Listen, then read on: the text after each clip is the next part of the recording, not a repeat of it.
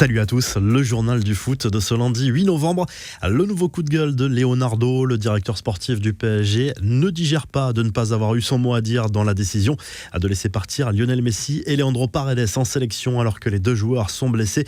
Une situation qu'il juge inadmissible. Nous ne sommes pas d'accord pour laisser partir en sélection un joueur qui pour nous n'est pas en condition physique ou qui se trouve en phase de réhabilitation. Ce n'est pas logique et ce type de situation mérite qu'on définisse un véritable règlement avec la FIFA, a pesté à Leonardo dans les colonnes du Parisien. Pour Paredes qui a repris à la course dernièrement après une blessure au quadriceps de la cuisse gauche, le timing est très serré. Le PSG espère qu'il ne jouera pas avec l'Albiceleste. Messi, forfait lors des 2 derniers matchs avec le PSG, devrait être rétabli pour affronter le Brésil et peut-être l'Uruguay dans le cadre des éliminatoires du Mondial 2022 avec l'Argentine. Mais le staff parisien craint une rechute ou pire, une blessure plus grave pour sa star. Avant de s'envoler pour l'Amérique du Sud, Messi a profité des plaisirs de la capitale française avec une soirée romantique avec sa femme Antonella. Soirée cauchemardesque. En revanche, pour l'Olympique lyonnais en Bretagne, les Lyonnais ont été balayés 4-1 sur le terrain du Stade Rennais dimanche soir en clôture de la 13e journée de Ligue 1.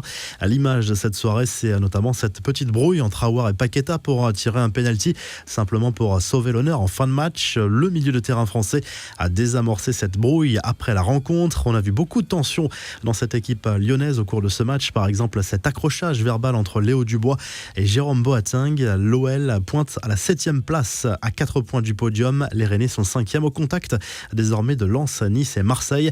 Les infos en bref, à l'appel du pied d'Ivan Rakitic au PSG. Le joueur du FC Séville est revenu sur les nombreuses rumeurs qu'il a envoyées en Ligue 1 ces dernières saisons. Il a choisi la carte de l'humour en demandant à Leonardo et Nasser El Khelaifi de l'appeler s'il cherchait un milieu de terrain.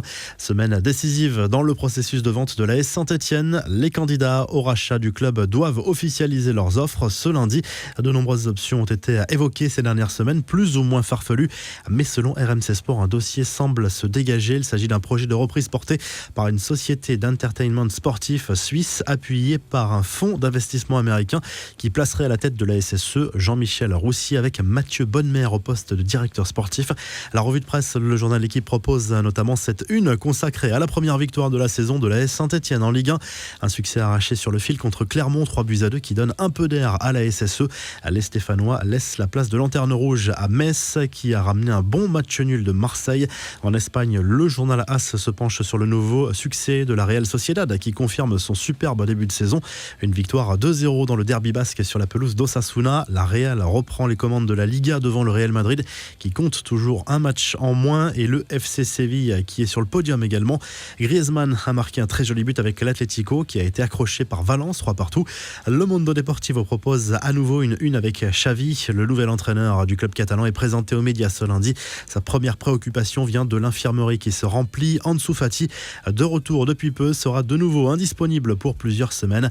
En Angleterre, le Star Sport revient sur ce joli succès 3-2 de West Ham face à Liverpool dimanche en Première Ligue grâce notamment à un but de Kurt Zouma. Les Hammers réalisent un superbe début de saison et sont sur le podium de la Première Ligue derrière Chelsea et Manchester City. Enfin en Italie, la Gazette dello Sport revient sur le derby entre l'AC Milan et l'Inter Milan conclu par un match nul 1 partout à San Siro. Naples ayant été accroché par l'Hellas Vérone, c'est le statu quo en tête de la Serie A. Si le journal du foot vous a plu, n'hésitez pas à liker et à vous abonner pour nous retrouver dès demain pour un nouveau journal du foot. Et on vous laisse avec le retour du classement des buteurs dans les grands championnats européens.